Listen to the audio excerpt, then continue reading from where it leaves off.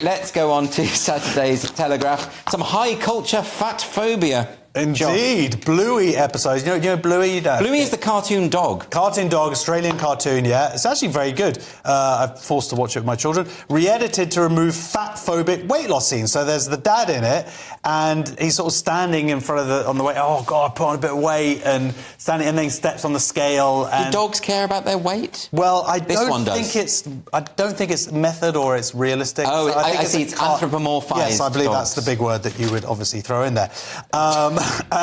But they've cut the first sort of minute of this thing out, and they just then show the dogs exercising and the kids. Now, interestingly enough, as I mentioned earlier, I've just literally today I've come off my date. My wife told me off for going on about the diet in front of the kids because she thinks a similar thing, that it's sort of warping them with giving them false body image ideas or whatever, or making them self-conscious. Right. Whereas I would argue that going on a diet is a good way of showing the kids willpower, but also showing them the dangers of, like, look, guys, this is what happens when you eat loads of rubbish. Yeah, but you don't want kids to think that if they are a bit chubbier that they should be ashamed of that. Or yeah, I do, yeah. You do? Okay. Yeah. Well, yeah, I mean, that's old not... school. And also, kids do get bullied for being chubbier at school. Let's not forget that. But it did work for me, losing weight, although I've put it back on, but only 20 years later.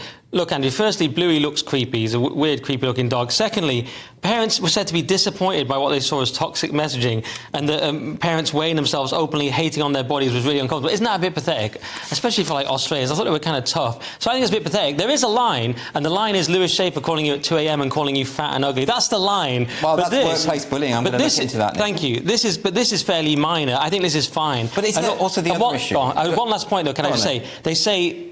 So the bandit, which is Bluey's dad, I think, says, oh, man, I just need to do some exercise. That's completely false. He needs to calorie restrict and he needs to sort his diet, because he can do loads of exercise, it won't help. So it is actually misinformation. I like to see you screaming at kids. Yeah. He's wrong! Yeah, Stop it's listening to calories Bluey! in, calories out. Do you think these cartoon dogs should start doing intermittent fasting or that kind Well, of I'm saying, he said Keto, exercise, keto. it's just misinformation. Exercise won't help him, so that's not useful. I find it odd to have this sort of social justice messaging within cartoons anyway. There was an article in the Pink News last year, and I'm not kidding, it complained that Bluey had a lack of disabled, queer, poor, gender diverse and dogs of colour.